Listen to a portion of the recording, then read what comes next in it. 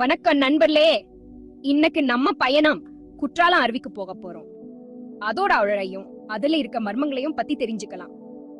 குற்றாலம் தென்காசி மாவட்டத்துல இருக்கிற அற்புதமான அருவி. தென்னகத்து சரஸ்வதின்னு சொல்றதுக்கு ஒரு காரணம் இருக்கு. குற்றாலத்து தோற்றத்தை பத்தி நிறைய கதைகள் சொல்லப்படுது. அந்த காலத்துல சீர்காழி வீரப்பன் சித்தர் இந்த இடத்துல தவம் செய்தார். அவர் தவத்தால தான் குற்றாலம் அருவி உருவானதா ஒரு கதை இருக்கு. இந்த அருவி நீர்ல மருத்த குணுங்க இருக்கிறதால தென்னத்து சரஸ்வதிக்கு பேர் வந்ததா. இப்போ கொஞ்சம் புவிய பாடம்.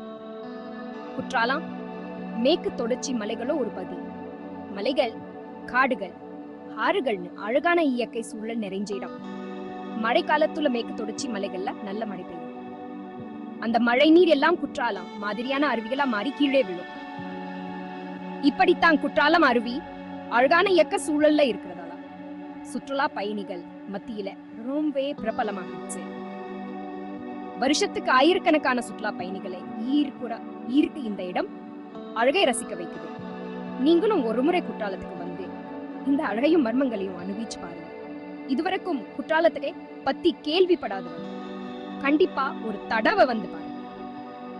உங்க மனசை மயக்கிற அழகை இங்க கண்டிப்பா கண்டுபிடிக்கலாம். குற்றால அருவியை பத்தின சின்ன அறிமுகம். இது மாதிரி அற்புதமான இடங்களை பத்தி தெரிஞ்சுக்க எங்க சேனலை சப்ஸ்கிரைப் பண்ணுங்க.